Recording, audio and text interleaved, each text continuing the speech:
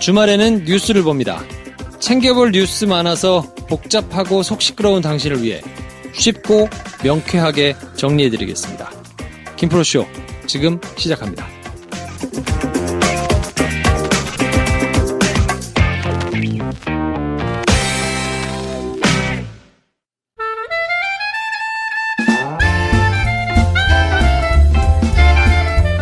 네, 일요일이 되는 김 선생과 함께합니다. 어서 오세요. 안녕하세요. 네, 일요 야부리.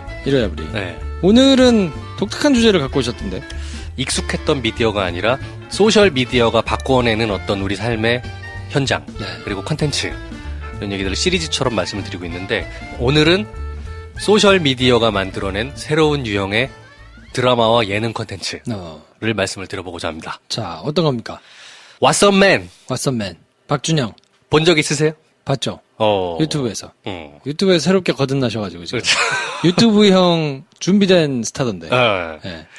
What's Up Man이라는 유튜브 영상이 있어요.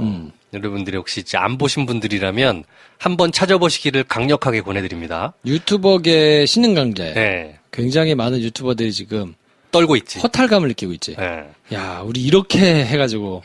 근데 역시 연예인이 들어오니까. 네. 한 방에. 어떻게 할 수가 없다, 저 사람은. 네, 차근차근 설명을 들어볼게요. What's Up Man이라는 유튜브 예능이 있습니다. G.O.D의 멤버였던 박준영 씨가 원탑으로 등장하는 예능입니다. 시간은 대략 10분 이내. 포맷도 간단합니다.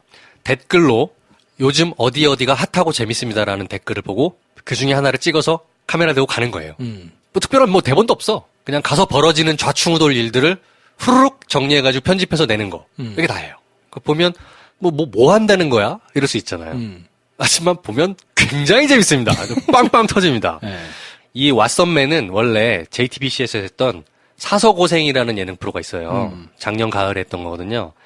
사서고생에서 나온 일종의 파일럿 포맷이에요. 사서고생은 박준영하고 나머지 4명의 이제 아이돌 뭐 등등 해가지고 여기저기 다니면서 USB 사고 뭐 그런 거죠. 네. 사고 팔고 해서 거기서 번 돈을 가지고 끼니를 해결한다. 한 끼 줍쇼는 그냥 가서 밥 달라고 하는 거잖아요. 네. 사서고생은 그게 아니고 내가 돈 벌어서 끼니를 해결한다. 라는 거예요. 그래서 사서고생이에요. 그 중에 멤버였던 박준영이 그 사서고생에서 갔던 곳들에서 벌어지는 이제 TV에 방영된 부분 외에 나머지 재밌는 부분들이 또 있잖아요. 그거를 SNS에 짧게 편집해가지고 내보냈던 것이 발전한 거예요. 사서고생은 TV 시청률로 보면 잘 안 됐어. 그래서 8번 하고 그냥 끝났어요. 그러다 보니까 박준영이 다른 고정 패널로 들어가서 재미를 빵빵 이끌어내느냐 또 그렇지도 못해요. 왜냐면 박준영이 나왔던 라디오스타나 TV 예능들을 보면 굉장히 재미는 있어요. 근데 편집을 무지하게 해야 돼요. 왜냐면 본인이 약간 예측 불가의 멘트를 치거든요. 방송의 흐름이라기보다는 자기가 생각할 때 재밌다는 얘기를 막 하는 편이거든요. 그러다 보니까 편집을 많이 해야 돼요. 네.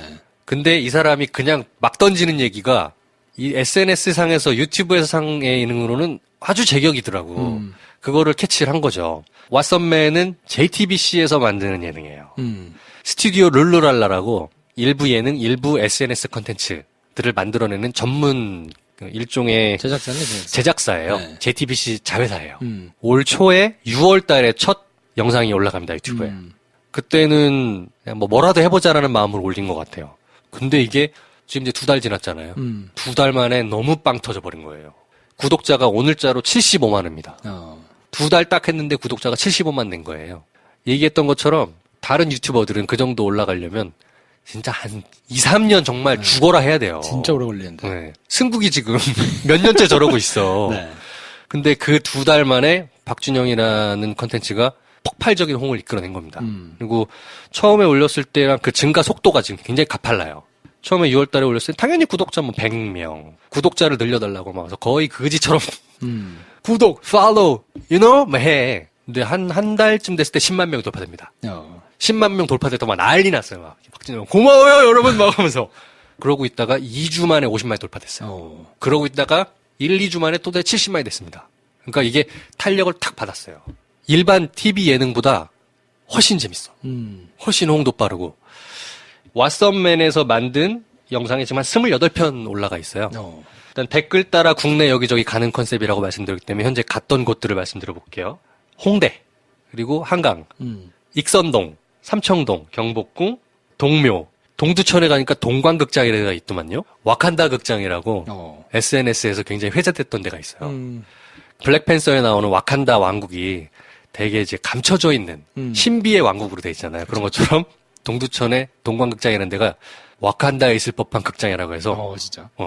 이건 컨셉이 뭐냐면 유일하게 남은 단관극장이에요. 상영관이 스크린 딱 하나고 하루 종일 영화 하나밖에 안 틀어요. 진짜? 야. 딱 하나 남았어. 박준영이 갔을 때는 어벤져스 인피니티 워 그거 하나만 틀더라고. 아침부터 저녁까지. 그리고 들어가면 옛날 극장 정치 그대로 2층으로 돼 있고 앞에 로비에 보면은 옛날 극장처럼 뭐 희한한 거 많이 갖다 놓고 예를 들어 이런 거예요. 일반 멀티플렉스 로비에 가면 어항 이런 거 없잖아. 어항이 있어. 어항이 있어요? 어항이 있는데 뜬금없이 거기 피라냐가 있어요. 신박하다. 익숙이잖아. 네. 피라냐가 있어. 그래서 박준희 깜짝 놀라 이거 피라냐냐고. 그래서 그 사장님이 나오셔가지고 피라냐 지금은 수입이 안 되는데 우리나라 수입 금지되기 전에 내가 몇 마리 해놓은 거 지금 있는 거라고. 와 이거 진짜 육식이냐고. 그래서 보여줄까? 그래서는 조그만 물고기를 하나 갖다 푹 넣어요. 네. 그거를 막 뜯어 먹어요. 진짜? 그러면서 극장보다 이게 더 대박이라고. 그리고 들어가면 리클라이너처럼 돼 있어요. 소파가 있어. 진짜? 다리 올리게 탁 돼 있고 그리고 휴대폰 충전기도 있어요. 좌석에 신발 벗고 들어가야 돼. 그런 데들을 가서 막 보는 거예요. 좌충우돌해. 너무 웃겨요. 근데 이때부터가 이제 탄력받은 느낌인데 민속촌. 한국 그 용인에 가면 한국 민속촌 있잖아요. 유명 캐릭터들 있잖아요. SNS에서 알바생들. 네. 걔네들이랑 박준영이 가가지고 개인기 대결을 해요. 박준영 완승. 진짜 봐야 되겠다. 그러니까 소위 말하는 SNS에서 젊은 사람들이 핫하다고 한 곡들을 찾아가는 거예요. 너무 재밌어요. 이게 워낙 인기가 있다 보니까 유튜브 구독자는 아까 말씀드린 것처럼 가파르게 상승을 합니다. 그리고 28편이 나왔는데 이 전체 편수가 누적 조회가 한 3천만 회 이상 나왔어요. 2달 만에. 초반에는 PPL 넣을 것도 없었어요. 그래서 그냥 제작비를 JTBC에서 직접 대가지고 했는데 지금은 PPL 장난 아니겠네. 연말까지 PPL 계약 완료. 들어갈 게가 없어요. 그 한 2, 3주 사이에. 이게 인기를 얻게 되면 그 추위가 그렇게 빨리 온다는 거죠. 네. 게스트로 혁오 밴드가 나왔습니다. 근데 혁오 밴드가 왜 나왔냐? 얘네가 새 앨범을 냈는데 I Love Ya라는 타이틀곡을 가지고 홍보를 해야 되긴 하는데 나가고 싶은 방송이 없다고 그런 거예요. 혁오 정도면 어디든지 나가려면 나가거든요, 지금은. 근데 멤버들이 자기들은 별로 나가고 싶은 방송이 없어서 고민하고 있었는데 왓썸맨이라면 너무너무 좋아서 나왔다. 자발적으로. 나와서 같이 이제 혁오 밴드랑 돌아다녀요. 그것도 재밌어. 클로징 음악을 혁오가 같이 만들어줬어요. All the hot places, I will be there. 구독, follow, 댓글, replies, everything. 하나, 둘, 셋. 네. What's up, man? Peace. 구독, follow, 알면 죽여버려. 예능도 이제는 공중파나 기존에 우리가 익숙했던 매체들이 만들어내는 문법이 확 바뀐 거예요. 왓썸맨이 만들어내는 이 예능이 앞으로 예능판에 어떤 변화를 이끌어낼 것이냐. 지상파 예능들은 거기에 영향을 받을 수밖에 없을 것이다. 네. 오히려 역전될지도 모른다. 그래서 이 왓썸맨의 흥행으로 인해서 쓸쓸하게 막을 내렸던 사서고생 시즌2가 편성 확정됐습니다. 시즌2 이름은 팔아다이스. 파라다이스. 컨셉이 바로 오죠. 해외를 돌아다니면서 막 파는 거예요. 거기서 여행 비용을 마련한 겁니다. 유튜버들이 되게 자괴감을 느낄만 하네. 느낄만 하죠. 네. 여태까지 만들어냈던 그 시간들의 노력이 있는데 진짜로 끼이는 연예인이 등장하면 약간 힘들구나. 그러니까 승국이가 지난번에 녹음하러 와가지고 이 왓썸 승국이 때문에 알았어요. 승국이가 막 토론을 하더라고요. 야 박준영이 들어왔다고. 어떻게 하냐? 자기들은 어떻게 하라는 얘기냐고. 끝났다. 근데 자기가 인정할 수밖에 없대. 너무 재밌다는 거예요. 기가 막히지. 네. 이게 많으니까 레전드 편 몇 개를 추천해드릴게요. 그러세요. 몇 개만 찝어주세요. 최근 거 주문진 편 추천해드리고 싶습니다. 주문진. 네. 그리고 홍대 라멘집. 요건 초창기거든요. 되게 안 유명할 때 박준영이 홍대 라멘집 승리가 운영하는 라멘집에 가는 거예요. 가가지고 라멘을 먹는 그 에피소드가 있습니다. 한번 보시죠. 네, 정말 재밌습니다. 네. 이 왓썸맨을 이렇게 말씀을 드렸고 두 번째로는 SNS 온리 드라마. 제목. 사당보다 먼 의정부보다 가까운. 이거는 저 봤어요. 지하철 광고 판에 있는 거 봤어요. 센스 에피소드는 봤어요? 에피소드는 못 봤어요. 못 봤죠? 네. 요거는 이제 이 제목이 원래 어디서 왔는지를 아는 사람이다. 그럼 아재야. 나 아재지. 그래가지고 보고 재밌다라고 네. 생각했었어요. 네. 20대 애들은 몰라요. 모르지. 피노키오라는 그룹이 이제 90년대 히트곡 사랑보다는 우정보다 가까운 네. 이 노래에서 온 거예요. 근데 그 기원 따위는 20대한테 중요하지 않고요. 네. 우리만 아는 거야 그냥. 네. 사당동에 사는 남자와 의정부에 사는 여자 간의 사랑 이야기예요. 요거를 줄여서 삼원의가라고 하거든요. 사당보다 먼 의정보다 가까운. 누가 풀네임으로 부르니까 삼원의가. 삼원의가. 네. 요거 하나 다 말씀드릴게요. 이 삼원의가라는 말씀을 드리면서 요즘 애들 사이에 유행하고 있는 유행어. JMT, 존마탱. 인스타에서 JMT 검색하시면 맛집들이 쭈루룩 나온다. 야. 적극적으로 써요. TMI, Too Much Information. 말 졸라 많다는 뜻이에요. 내 다음 TMI. 그러면 넌 말 많으니까 꺼져. 이런 얘기입니다. 그래서 요것도 저희가 이제 일요야부리 때 하나씩 말씀드릴 생각인데 하나쯤 알고 가면 좋은 키워드. 어쨌건 이 삼원의가 이게 벌써 시즌 3예요. 이 SNS 드라마가 사랑보다 먼 의정부보다 가까우니 이제 시초는 아니에요. 제일 먼저는 72초 TV 아시죠? 네. 72초 TV가 만들어낸 컨텐츠들이 좀 있었고요. 근데 본격적으로 정말 빵 터진 거는 연애 플레이리스트라는 시리즈가 있어요. 연플리. 연플리도 썸남 썸녀들 20대 애들의 썸녀들과 이게 꽁냥꽁냥 하는 얘기인 거예요. 이게 그냥 페북에서 드라마를 만들었구나, 연대제를 하는구나라고 보시기에는 만들어내고 있는 흐름이 약간 심상치 않습니다. 연플리 같은 경우는 이미 누적 조회수가 3억 뷰가 넘어요. 국내에서 3억 뷰라고 하는 거는 굉장한 히트수거든요. 2030 세대들한테는 우리가 지상파에서 무슨 드라마를 하지? 무슨 예능을 하지? 라고 생각하는 거랑 별 차이 없는 히트 컨텐츠인 거예요. 예전 미디어 환경이 익숙한 저희 세대들 3040들에게는 도깨비랑 연플리다 비교해놓고 보면 메이저랑 마이너라는 구분이 있잖아요, 머릿속에서. 근데 20대 세대들에게는 메이저 마이너의 구분이 없어요. 그리고 그 세대들이 점점 메이저 세대로 올라오기 때문에 이젠 더 이상은 채널의 경쟁력이 중요하지 않은 시대가 된 거죠. 이런 SNS 드라마의 어떤 포맷의 특징을 좀 말씀드려볼게요. 일단 러닝타임이 짧습니다. 길지가 않아요. 제일 길어봤자 15분을 절대 넘지 않아요. 짧으면 7, 8분. 근데 왜겠습니까? 오래 볼 수 있는 환경이 아니란 거죠. 이동 시에 봐야 되거나 아니면 짧게 지하철이나 버스에서 본다라고 생각으로 가정으로 만든 거예요. 그러니까 컨텐츠의 호흡이 확 짧아진 거죠. 우리가 소위 알고 있는 메이저 채널들에서는 드라마 한 편이 아주 짧아도 25분에서 30분이에요. 시트콤을 해도 25분, 30분이에요. 그렇죠? 근데 이거는 이제 미디어가 모바일로 넘어온 시대에서는 적합한 길이가 아니라고 판단되는 거죠. 굉장히 짧습니다. 그리고 연애, 로맨스 위주의 컨텐츠가 많아요. 그리고 또 학교 생활. 이건 왜겠습니까? 아직 시청층이 그렇죠. 네, 어리니까. 시청층 자체가 모바일에 특화되어 있는 시청층, 반응하는 시청층이 아직 20대 초중반이라는 뜻인 거예요. 타겟에 최적화된 컨텐츠니만큼 스토리 자체도 그런 걸로 풉니다. 그래서 저는 이제 연플리를, 연애 플레이리스트를 추천해드리고 싶고 한번 보셔라. 와이난 미디어에서 삼원의가 외에 또 다른 히트 상품이 하나 있어요. 전지적 짝사랑 시점. 네, 그건 봤어요. 전짝시. 네.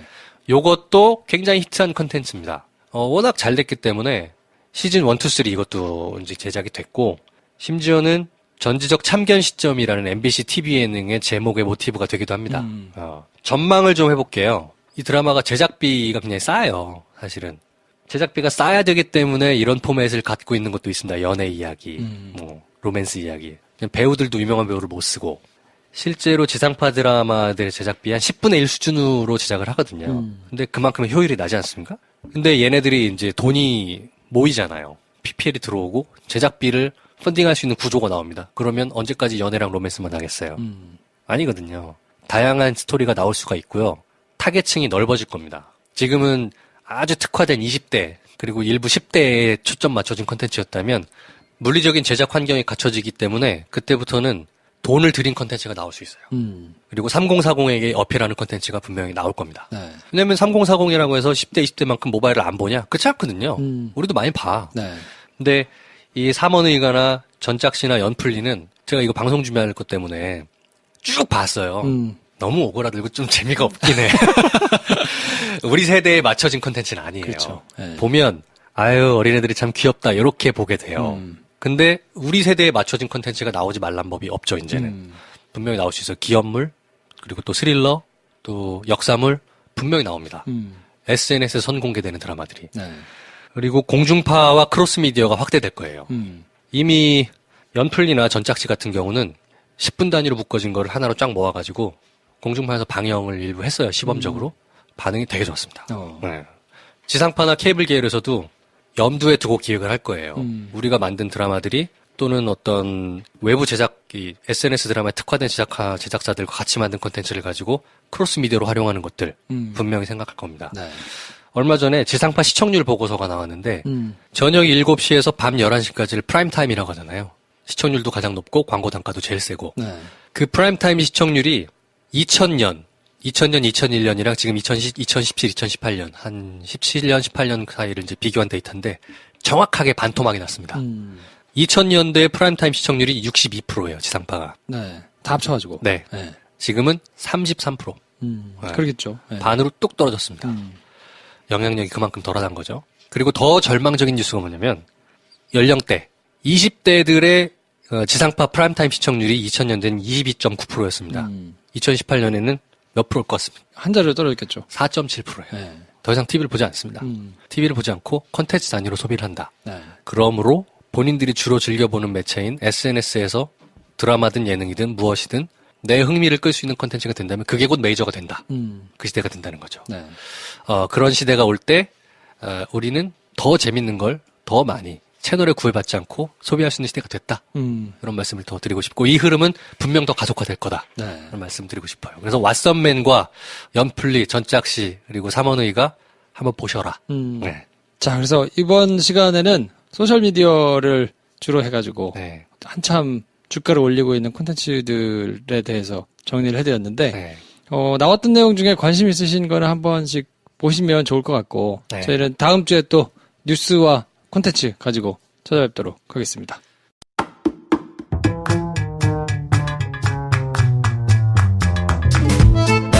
네, 오늘도 변함없이 한인수 대표님 나오셨습니다. 어서 오세요. 안녕하세요. 네, 주말에는 항상 한인수 대표님과 함께 마무리를 하고 있는데 네.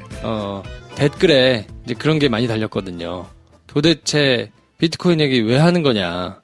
꿍꿍이가 뭐냐? 네. 이런 얘기를 어려워서 네. 몇 번 듣는데 잘 모르겠다. 그쵸. 이런 말씀도 있고. 저도 제 아내에게 이걸 들려줬거든요. 네. 자꾸 들으면서 자더라고요.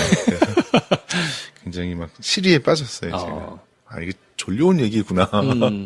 그래서 비트코인에 투자하시라 이런 얘기가 아니고 네. 저희는 사실 블록체인에 관심이 많아서 그렇죠. 네, 그렇죠. 말씀을 지금 하고 있는 건데 요렇게 이해하시면 쉬울 것 같아요. 인터넷 자체가 이제 막 각광을 받아가지고 막 뜨기 시작할 때가 있었거든요. 90년대 후반부터 2000년대 그렇죠. 초반. 그렇죠. 제가 뭘 기억하냐면 아직도 선명하게 잊어버리지 않는 게 있어요. 신문 칼럼에 네네. 누가 굉장히 인터넷에다가 돈을 붓거나 인터넷으로 뭘 하는 걸 굉장히 부정적으로 썼던 칼럼이 있어요. 네, 그 이제 주요 일간지 중에서. 네네. 그래서 제가 아직도 기억나. 어느 신문이었는지는 잊어버렸는데 정확한 그 표현이 뭐였냐면 인터넷이 발전할 수 없다라고 단언하면서 네.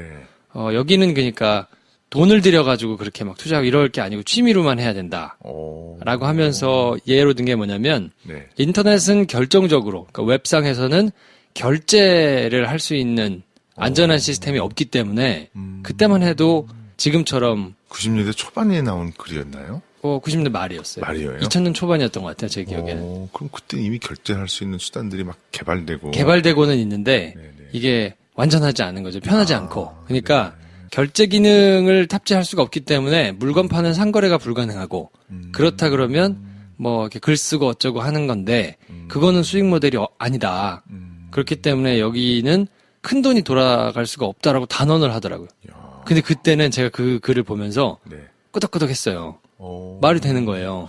그때도 만약에 인터넷 검색을 좀 하셨으면은 98년도 이럴 때 이미 안전한 전자 서명 이런 게 개발이 돼가지고 전자 상거래가 막 태동하고 활발하게 시작했던 때였는데. 시작했던 때인데, 그러니까 그때하고 지금하고 저는 상황이 비슷하다고 보는 거죠. 네. 내부적으로 기술이나 이걸 조금 차근차근 들여다보지 않은 사람들은 내가 직접 이걸로 뭐 계산을 하거나 물건 결제를 해서 받거나 이런 경험이 많지 않기 때문에 되겠나? 그쵸. 네, 안 되는 것처럼 보이죠. 다른 사람들은 자기 생활에서 주로 보게 되니까 내 주변에 사용하는 사람 없고. 그때 막 이메일 정도 하고 네. 한 메일이 한참 유행해서 이메일 정도 하고 각 포탈들이 막 시작해가지고 거기서 이제 불편하게 글 정도 보고 이럴 때라 그렇죠. 야 이거 뭐 그렇지 이 말이 맞을 수도 있지 뭐 일견타당하네 라고 생각했는데 한 10년 뒤에 그게 계속 기억에 남는 거예요.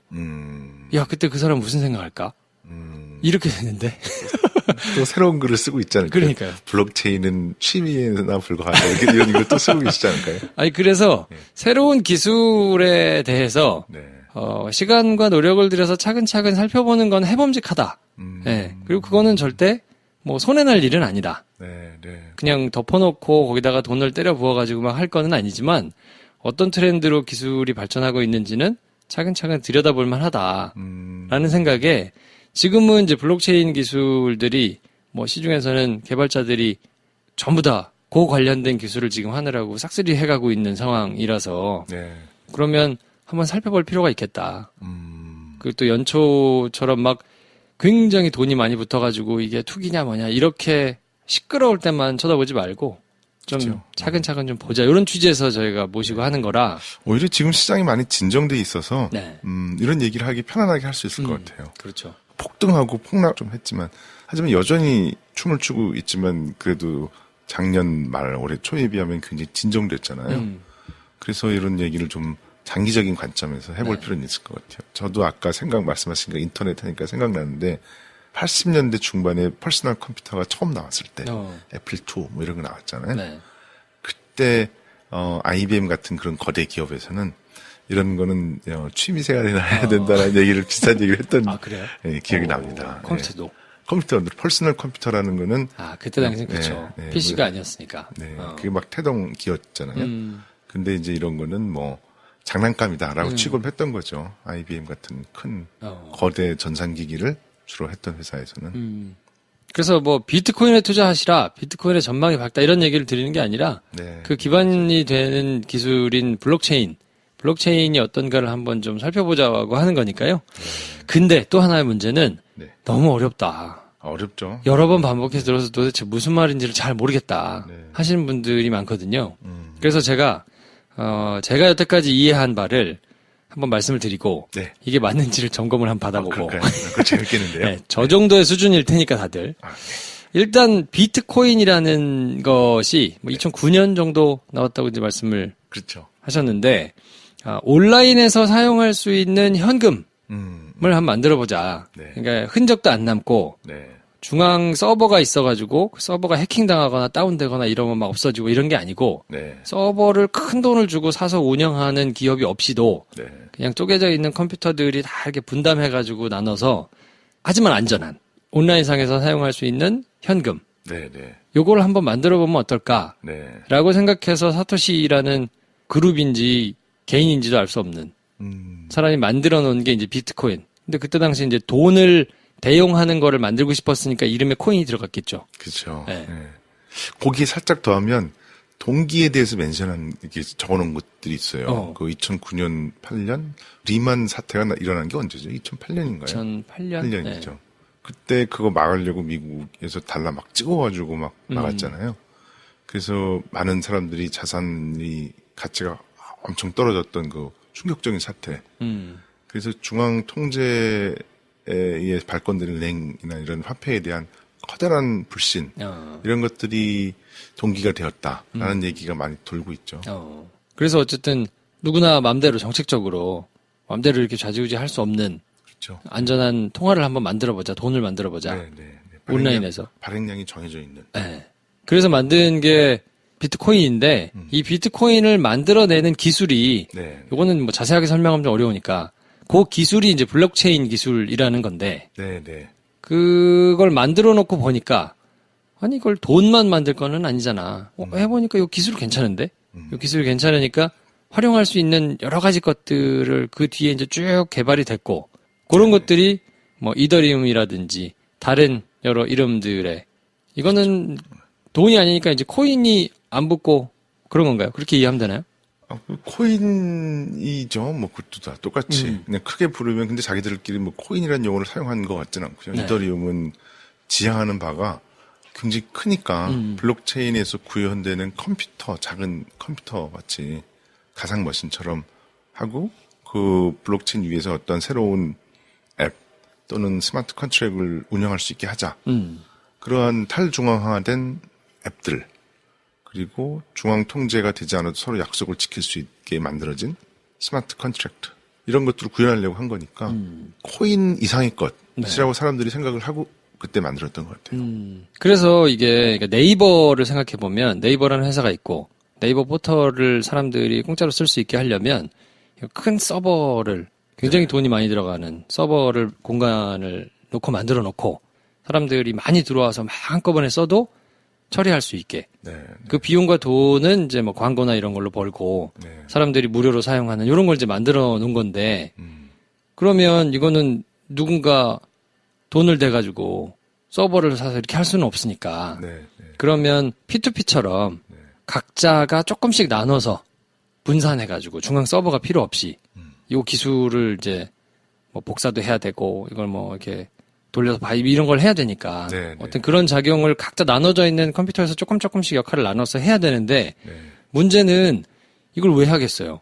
그 P2P 사이트는 내가 필요한 파일이라도 다운 받으니까 나도 받으니까 너도 내 거 가져가세요 하고 그걸 일정 부분 열어가지고 토렌트 같은 거는 쓰지만 그게 아니라 그러면 굳이 내 컴퓨터를 열어가지고 내 전기 쓰고 내 뭐 저장 하드 이런 거 잡아먹으면서 내줄 이유가 없으니까 그걸 어떻게 내주게 할까? 아, 그러면 그걸 해주는 사람한테 뭔가 주자. 해서 주는 게 코인인 거죠. 네네. 보상을 그 코인으로 주는 거죠. 소위 채굴이라는 거로 대명되는 건데, 말씀하신 것처럼 그런 서버나 이런 전산 자원을 제공해주는 사람들에 대한 대가를 보상, 줘야 일종의 되는 보상을. 보상을 줘야죠. 그리고 그 보상 체계가 꽤 돈이 되니까 사람들이 점점 몰린 거죠. 채굴자들이 몰리고. 그래서 내 컴퓨터 일부를 이렇게 사용하게 하는 것 말고도 아예 컴퓨터를 따로 사가지고 장소를 놔두고 거기서 그 용도로만 컴퓨터를 돌리는 사람들이 이제 많아졌죠. 꽤 많아졌더라고요. 공장처럼. 제 주변에도 있어요. 아, 그래요? 어디 부산에 어디 뭐 그런 게 있대요. 그래서 한 달에 얼마? 한 달에 뭐 한 200~300만 원씩 전기세가 나가던데요. 오, 굉장히 작은 공장을 운영하시는가 봐요. 그러니까 몇 개를 사서 아마 개인 단에서 그냥 수혈 하는데 자기한테 이제 한 달에 그래서 하여튼 몇백만 원 정도의 전기세가 나가고 뭐 그걸로 책을 해가지고 벌어들이는 돈은 또 얼마고 뭐 이래가지고 아주 큰 돈은 아닌데 이제 실제로 주변에서 아는 사람이 그러니까 되게 신기하더라고요.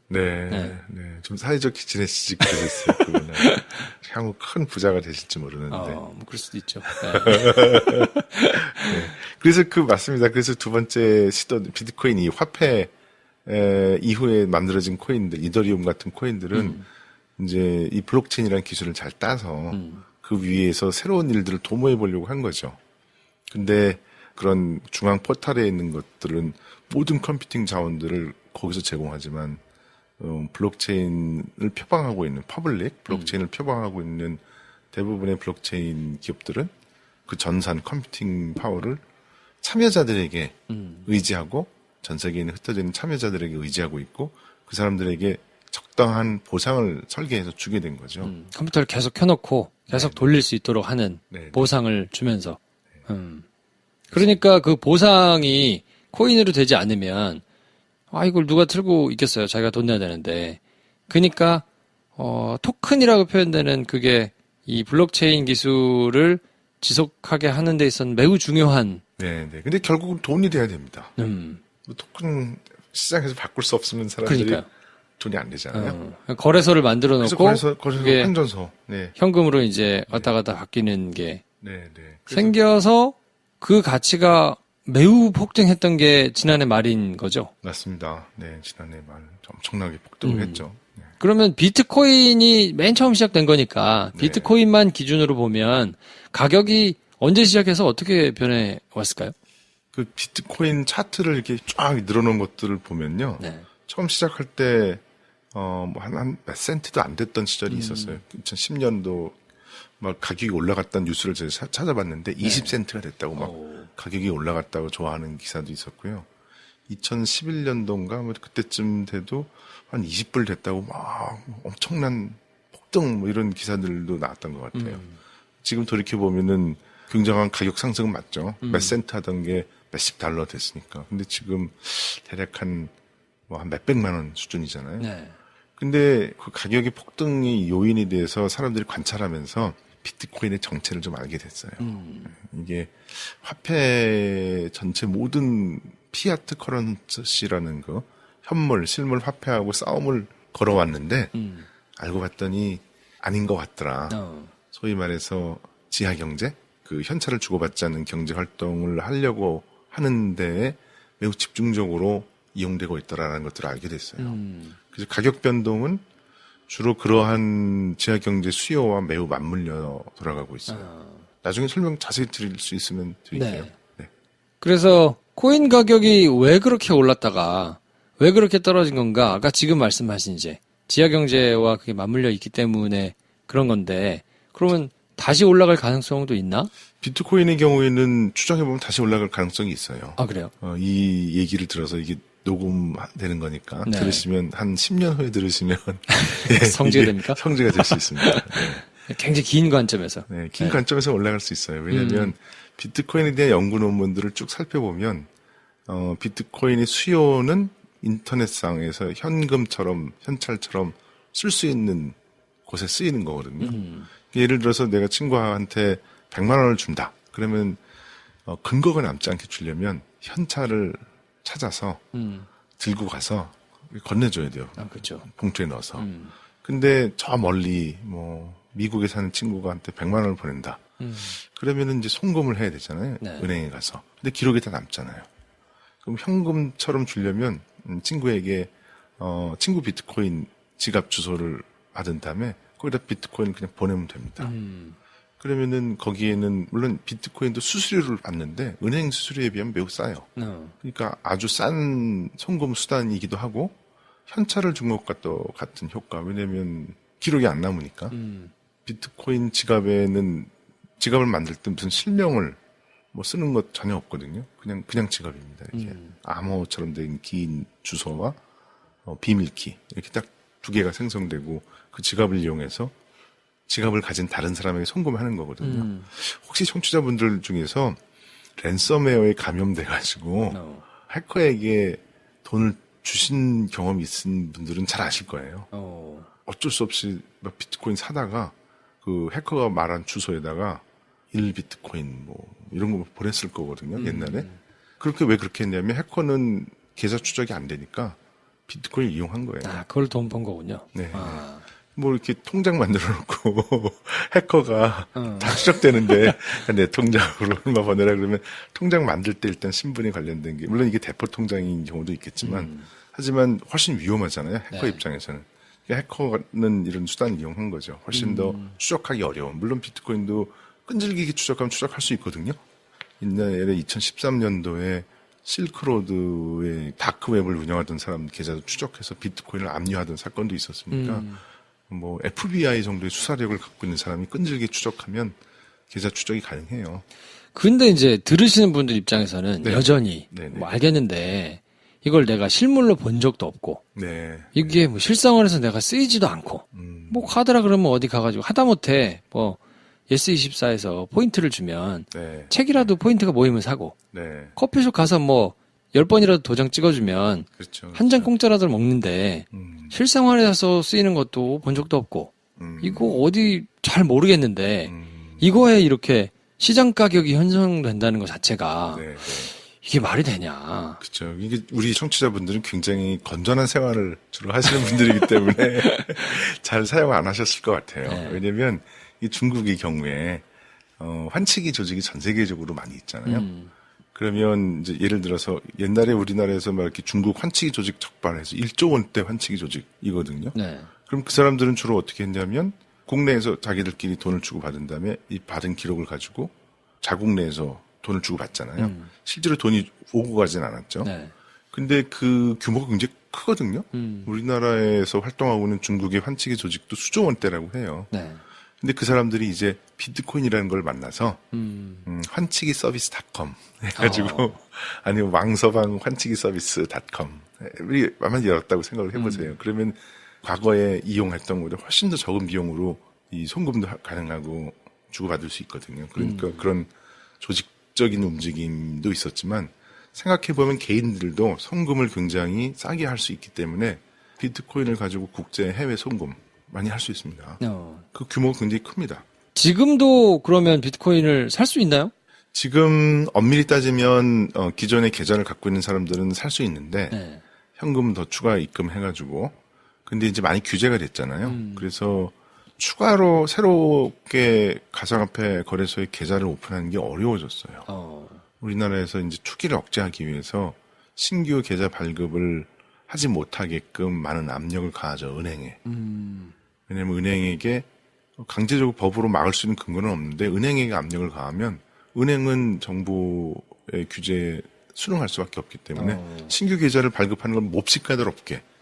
은행에서 거래소에다가 돈을 어쨌든 왔다 갔다 해야 네, 되니까 네, 거기를 거기를 막는 거군요. 거죠. 그러면 사람들이 기존에 이미 갖고 있는 사람들 것을 어떻게 뺏을 수는 없지만 새로 들어오는 사람들은 나 무슨 은행에 가서 가상화폐 거래소에서 거래하기 위해서 계좌 오픈하겠어요. 그럼 안 해줘요. 잘 안 해줍니다. 거의 해주는 회사들이 몇 개의 거래소, 크게 잘 알려져 있지 않은 몇 개의 거래소들 외에는. 근데 우리나라에서는 거래소 중에서 거래소 굉장히 많을 거잖아요. 네네. 그 중에서 좀 잘 알려져 있고. 우리 방송에서 이런 거 협찬받은 거래소도 아닌데 실명 얘기해도 되나요? 뭐 어떻습니까? 뭐 사람들 궁금해서 찾아볼 때, 네네. 그래도 주요하게 손가락에 꼽히는 한 5군데 정도는, 네네. 뭐 저희하고 상관없습니다. 뭐, 그렇군요. 예, 막 모르니까. 얘기해도 되는 거예요? 어때요? 빗썸. 빗썸, 네네. 업비트, 네. 코빗, 네. 코인원, 네. 고팍스. 네네. 그 정도 사람들이 많이 들어보셨을 거예요. 요 정도 5개, 저는 사실 못 들어본 게 많아요. 전 빗썸하고 코빗 정도 들어본 것 같고. 예. 네. 근데 그 5개 정도는 이제 5손가락에 꼽을 수 있는 곳들이고, 네네. 빗썸, 업비트, 코빗, 코인원, 고팍스. 요게 아니면, 네. 이제 그 바깥의 순위인 거죠? 근데 많은 분들이 또 거래하시고 계신 분들은 네. 내가 거래하고 있는 게 더 고팍스보다 높을 텐데 뭐 어. 이러시는 분들도 그럴 있을 수도 거예요. 있겠네요. 네. 4등까지는 사람들이 많이 동의하실 텐데요. 그래요? 네. 5등이 뭡니까? 고팍스입니다. 네, 고팍스보다 높다고 하는 분들 딴 것을 뺍시다, 그러면. 4개로.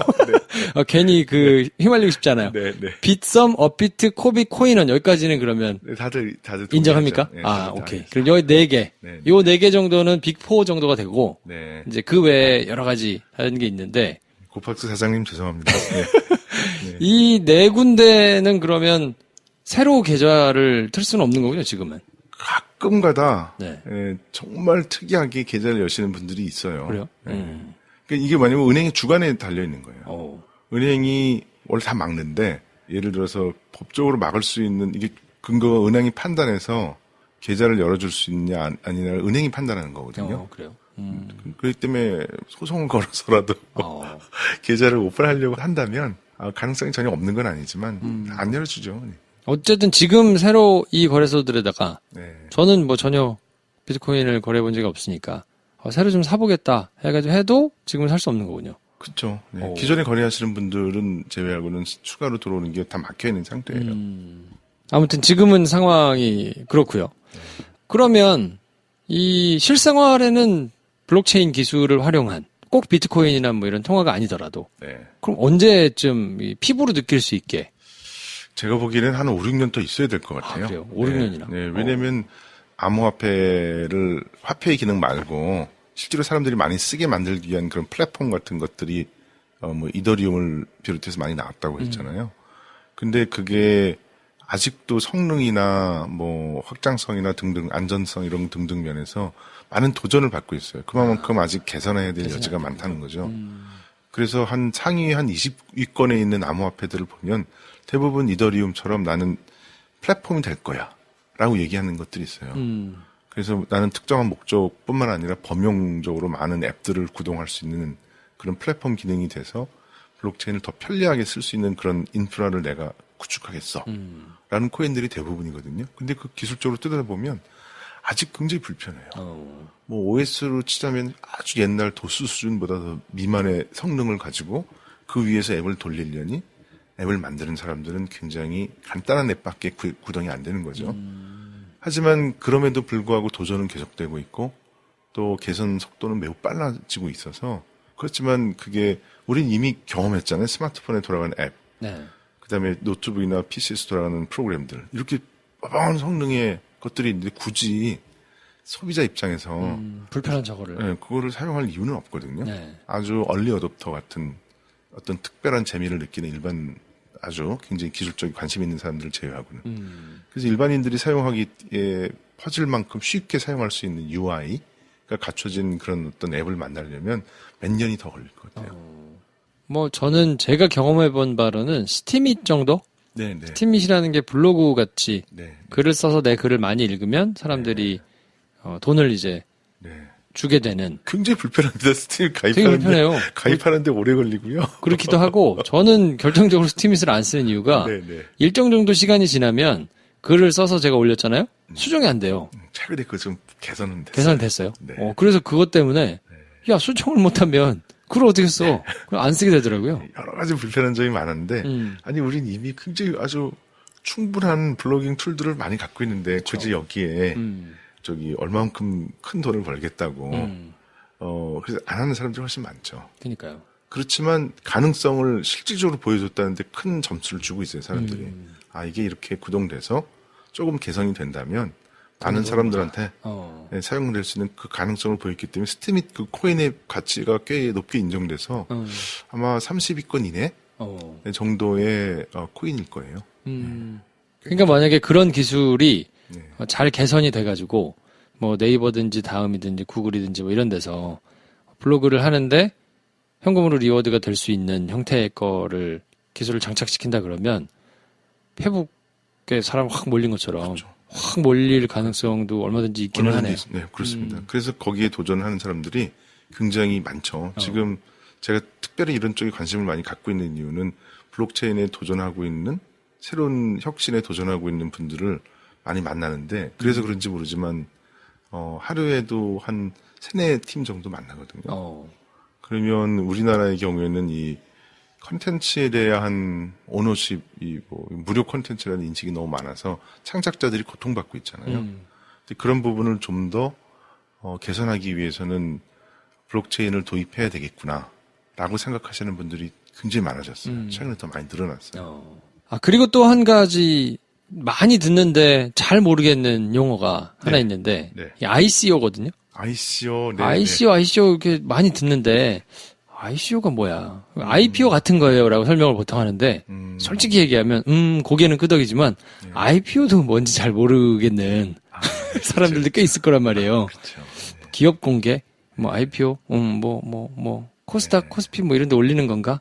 생각 정도 하고 많은데 IPO는 이니셜 퍼블릭 오퍼링이라고 그래가지고 기업을 만든 다음에 제일 처음으로 외부 투자자한테 주식을 공개하고 돈을 받는, 돈을 모으는 그걸 이제 IPO라고 하는데 퍼블릭 오퍼링의 중간만 바꾼 거예요. 코인 오퍼링. 네. 근데 이게 기업을 만들어가지고 기업을 이제 상장하고 그래서 거기서 이제 돈을 끌어모으고 하다 보니까 정부에서 굉장히 까다롭게 규제를 많이 해서 그렇죠. 이 IPO를 하려고 그러면 굉장히 복잡한 여러 가지를 거쳐야 되잖아요. 심사도 거쳐야 되고. 그렇죠.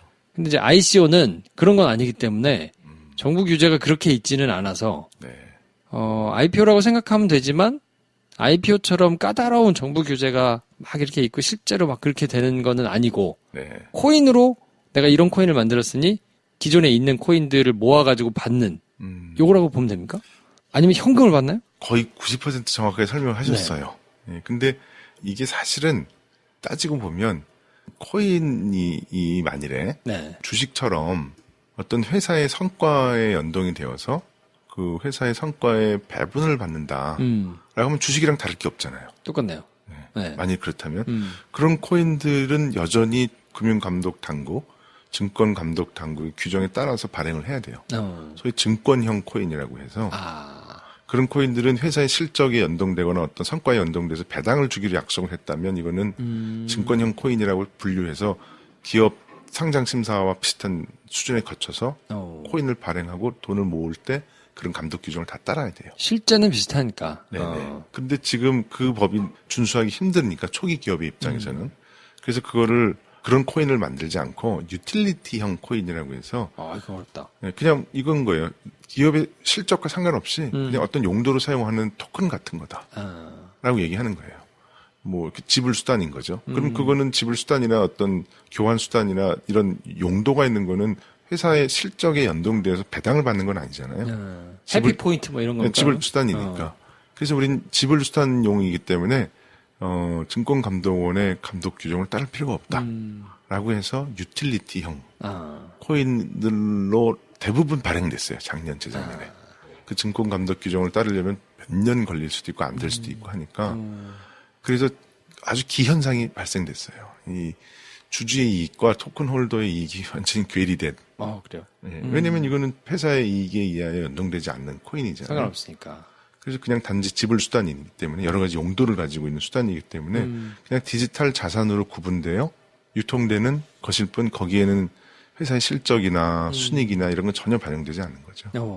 그래서 그거를 발행하는 것을 어떤 식으로 했냐면 말씀하신 것처럼 백서 이렇게 술랑 딱 하나 써놓고 인터넷 페이지 열어놓고 나한테 기존에 잘 나가고 있는 비트코인이나 이더리움 같은 걸 주면 내 코인으로 바꿔줄게. 두꺼봐 새집 줄게인가요? 혼집 줄게 새집 따고. 네, 그거였죠. 네, 뭐 그런 거예요. 그러니까 내가 갖고 있는 아직 미래에 어떻게 될지 모르는 코인이지만 이렇게 사업 계획이 있으니 이거 훌륭하니까 비트코인 주시면 내가 내 거 뭐 100개 드릴게요. 뭐 이렇게. 네. 그렇게 해서 그 사람들은 그 받은 자금을 가지고 이걸 개발하기 위해서 씁니다. 뭐 개발도 하고 마케팅도 하고 그 비트코인이나 이더리움 받으면 바로 현금화 가능하잖아요. 그러니까 그걸 가지고 개발 자금을 막 쓰는 거죠. 그러니까 지금 말씀하신 대로 그 비트코인이나 이더리움을 갖고 있는 사람들 입장에서는 기술이 잘 돼서 나중에 확 뜰지도 모르니까 투자를 해보자 해가지고 투자를 하는 것일 테고 그렇게 받으면 현금을 받은 건 아니기 때문에 그 받은 걸 가지고 이제 현금화하는 그 동안에 시차가 생기는데 지난주에 말씀하신 거는 그 시차 동안에 가격이 떨어질 수 있으니까. 맞아요. 근데 그건 약간 뭐 지엽적인 일일 수는 있지만 근본적으로 ICO의 목적은 자금을 모으는 거고요. 그 자금을 대가로 새로 만드는 코인을 주는 거예요. 코인 판매하는 겁니다. 크라우드 세일 같은 거죠. 왜 그렇게 코인들을 만들려고 그러는 거예요, 그러면?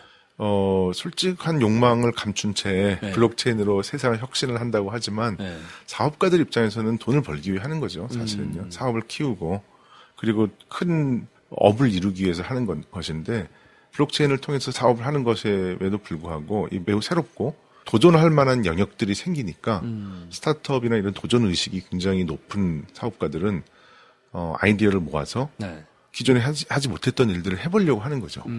이를테면 가장 많은 사람들이 지금 도전하고 있는 분야는 물론 앞서 말씀드린 플랫폼이나 결제 수단뿐만 아니라 지난주에는 말씀을 많이 못 드렸지만 그 앱을 만들어서 분산 앱이라는 걸 만들어서 기존의 중간 거래상들이 과점하여 많은 이익을 취해서 소비자와 생산자 모두에게 이익이 되지 않았던 그런 영역에 하나둘씩 막 돌파를 해서 들어가기 시작을 했어요.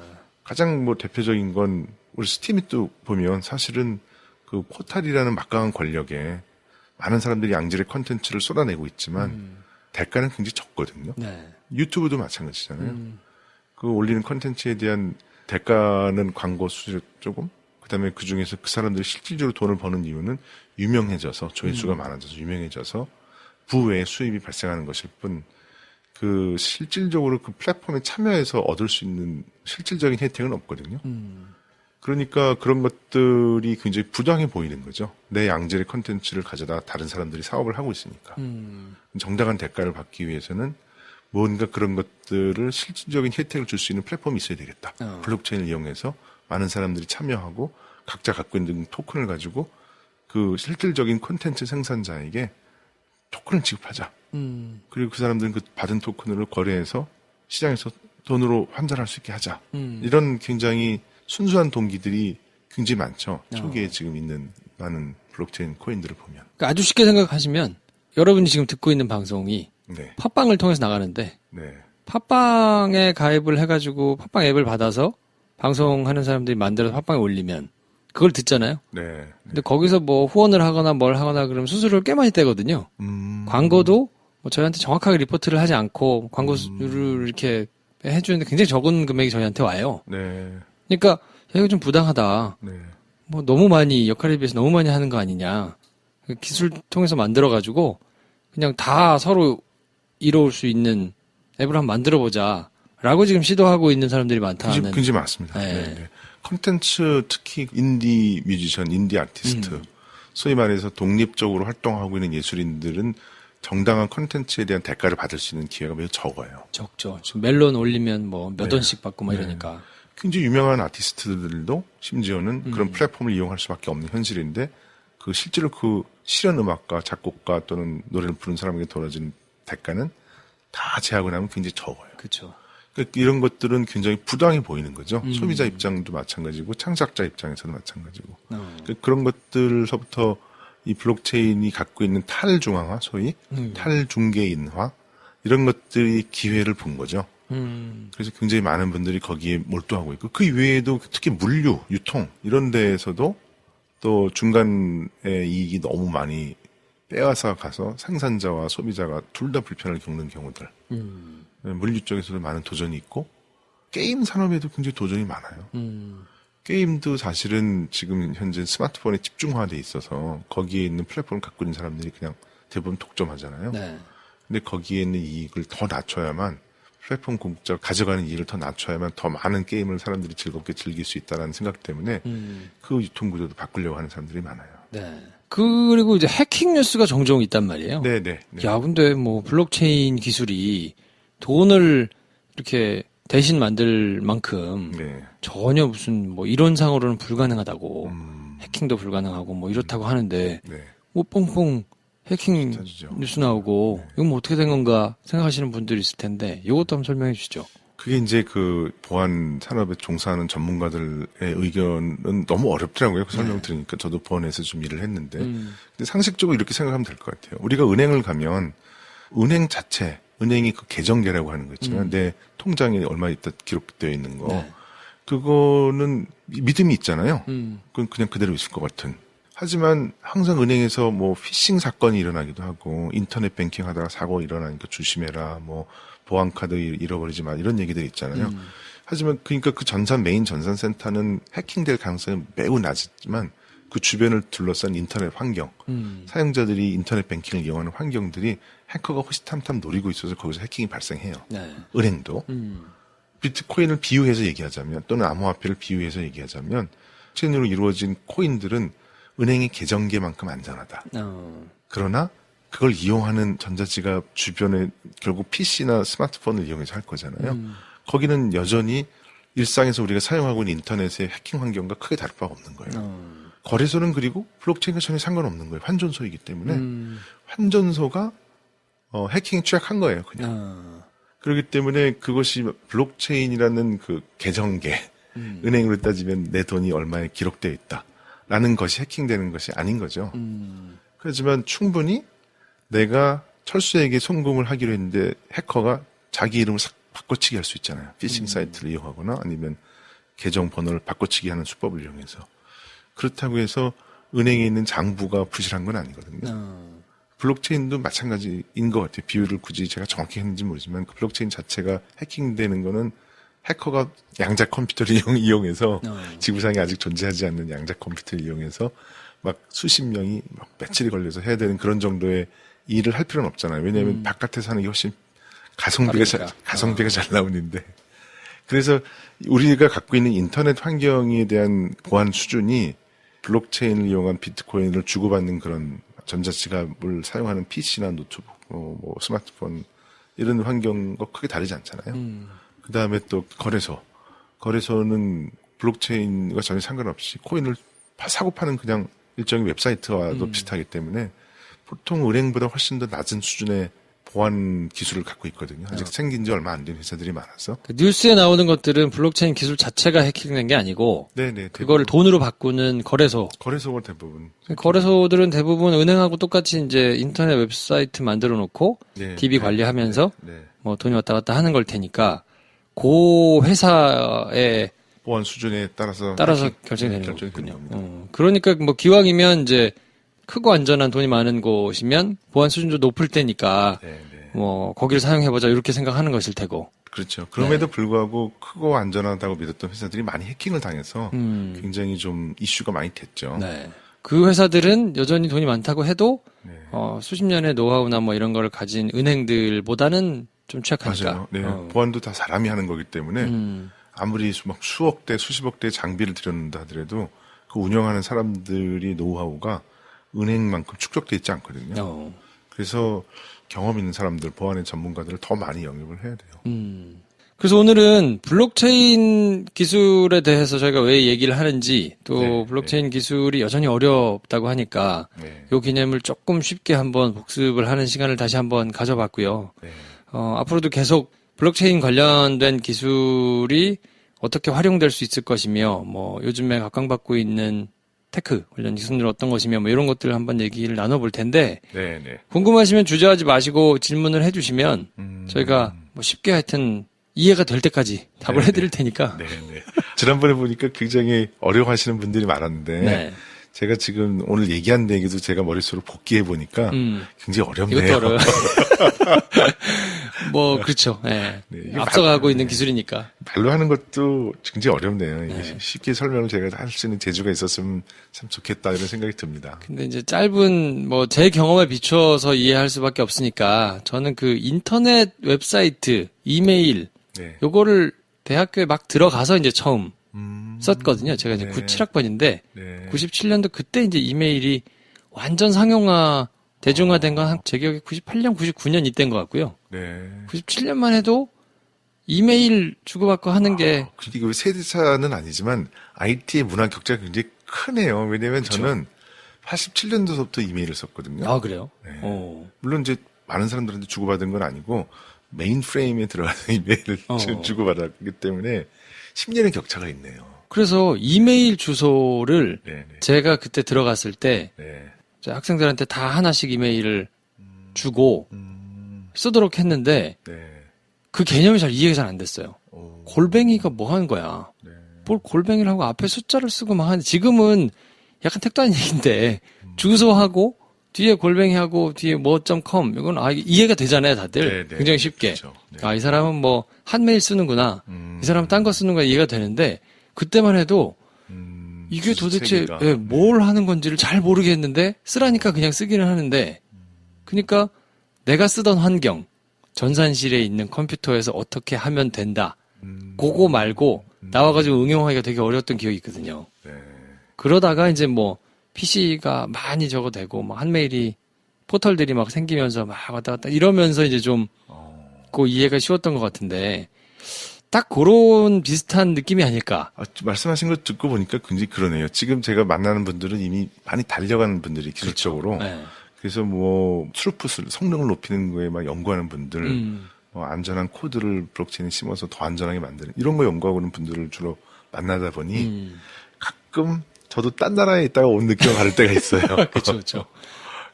일반인들이 그리고 뭐 전혀 주변에서 비트코인이니 뭐니 뭐 블록체인이 뭐니 무슨 상관이야. 뭐 내 휴대폰에서 돌아가는 것도 아니고 앱이 있는 것도 아닌데 딴 나라 딴 세상 얘기하는 것 같을 텐데 그래도 하여튼 관심을 조금 가져서 풍월이라도 읊을 정도로 좀 들어두시면 분명히 도움이 될 때가 온다. 그렇죠. 우리 오늘의 방송은 이제 성지가 된다. 10년 후에 우리가 비트코인 가격도 막 예측하고 막 이랬던 것들이 나중에 혹시 다시 듣기로 들어보시면 그때 그렇지 한 시각이 뻥친 게 사실이었어 뭐 이러면서 사람들이 기억해 주시면 참 고맙겠습니다. 그래서 저희는 다음 주에 질문 많이 남겨주세요. 그럼 저희가 질문을 받아서 한번 해드리는 시간을 갖도록 하고. 진짜 질문도 하시나요? 아직은 어려워서 그런지 지금 질문하는 것 자체가 뭘 물어볼 걸 알아야 뭘 질문할 텐데. 그럼 블록체인이 뭔가요? 이런 질문도 전 되게 좋아합니다. 괜찮아요. 이해하실 때까지 저희가 쉽게 최대한 쉽게 저희도 설명을 해보도록 노력할 테니까요. 해시란 무엇인가요? 뭐 이런 것도 되게 좋아합니다. 그렇지. 저도 잘 모르겠어요. 해시가 뭔지는. 막 유행하는 용어예요. 보니까. 아무튼 저희는 다음 주에 또 다른 주제 가지고 찾아오고요. 오늘은 이 정도에서 정리하겠습니다. 다음 시간에 뵙겠습니다. 네, 고맙습니다.